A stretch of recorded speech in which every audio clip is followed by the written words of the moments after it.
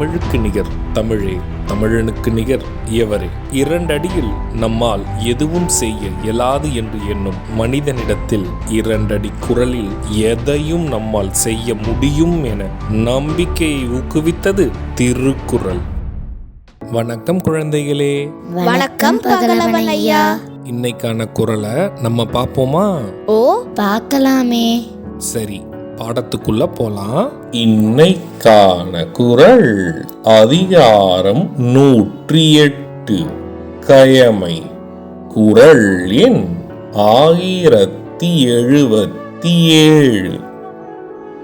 ஈர்ங்கை விதிரார் கயவர் கொடிருடைக்கும் கூன்கையரல்லாதவர்க்கு. ஐயா, நீங்க சொன்ன இந்த குறளோட பொருள் என்ன?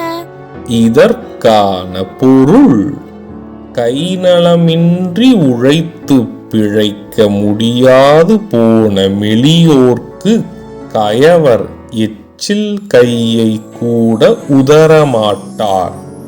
உதறினால் 1-2 பருக்கையாவது சிக்கிவிடலாமல்லவா என எதுவும் பிறர்க்கு தரமாட்டார். இதுக்கு ஒரு உதாரணம் சொல்லுங்களேன். இதற்கான உதாரணம், கயவர்கள் என்றுமே ஒரு துளி அளவு உதவி கூட யாருக்கும் செய்ய மாட்டார். கை காலின்றி உழைத்து வாழ்பவருக்கு கூட கயவர்கள் உதவ மாட்டார்கள். நான் சொன்னது உங்களுக்கு புரிஞ்சுதா தீரன், இலக்கியா? நல்லா புரிஞ்சுது ஐயா. இனி இந்த குறள் எங்களுக்கு மறக்கவே மறக்காது. சரி பசங்களா, நாளைக்கும் இதே மாதிரி சுவாரஸ்யமான குறளை பார்ப்போம். நீங்க வீட்டுக்கு போன உடனே என்ன பண்ணணும்?